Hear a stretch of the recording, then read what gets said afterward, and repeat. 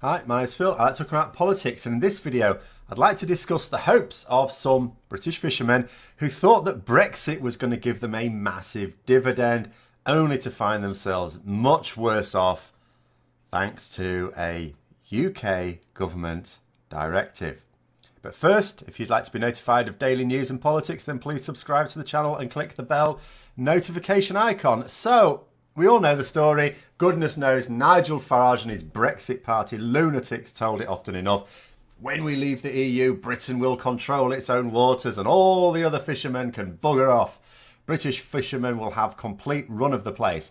And some of them seem to buy that, even though it made no sense whatsoever if you look at any of the detail at all. British fishermen in British waters catch more fish than is sold in Britain.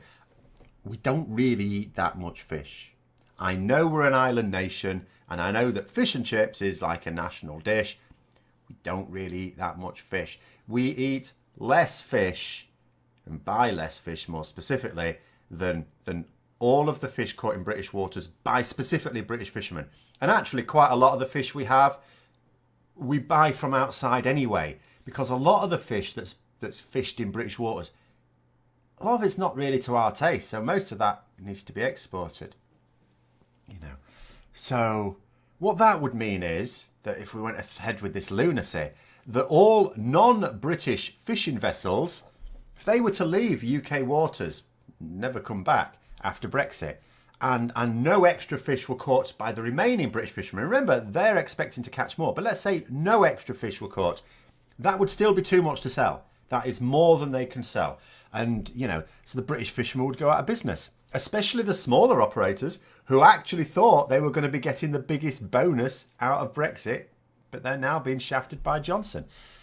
They wouldn't be able to sell the excess to Europe, which is what they do right now, because not only would their fish be much more expensive thanks to WTO tariffs, apparently WTO is okay, but angry EU nations who are pissed off that they're not able to have their fishermen fishing those waters are going to say, at the thought of British fish coming into their markets, no.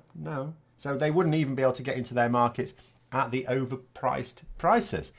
But that is just an obvious example of Brexit devouring its own children. That's not what I'm specifically talking about here. We've known about that for a while. I've talked about that before. The way in which Brexit is going to kick small British fishing crews in the teeth has actually nothing to do with Brexit, really. This is entirely to do with Boris Johnson, nothing even to do with the EU.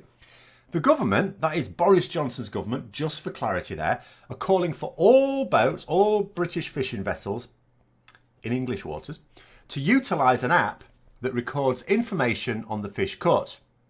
Now, this is a requirement in the EU for larger vessels, but does not cover boats under 10 metres in length.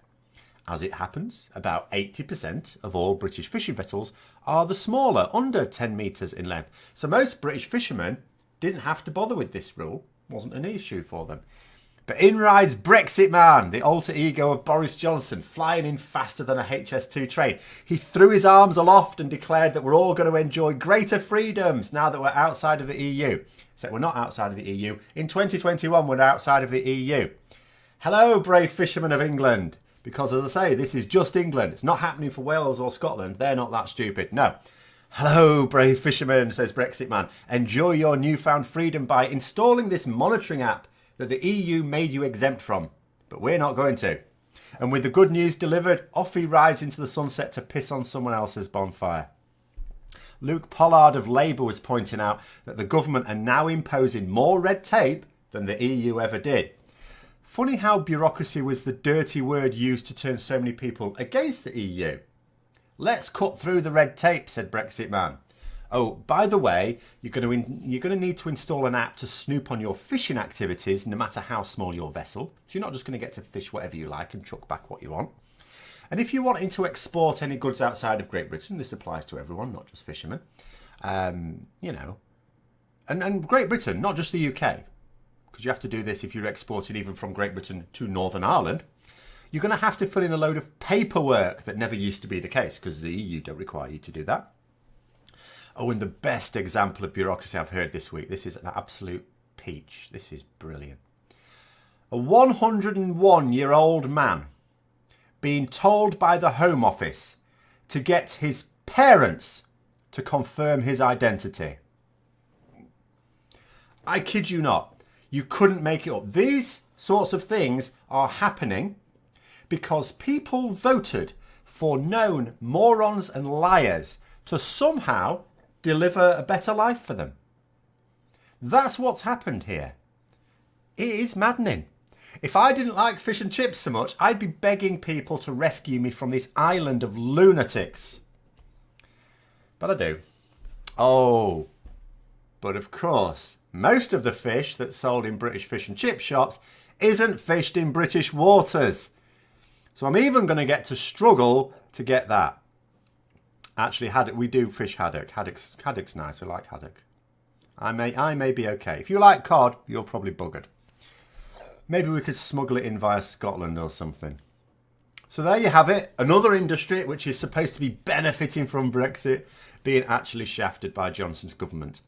I ought to make a list of these. It could make fairly weighty tone by the end of the year. But anyway, I hope you found the video interesting. If you did, don't forget to click the like button. And if you'd like to support the channel further, then also please click the Patreon link for details. And until next time, I'll see you later.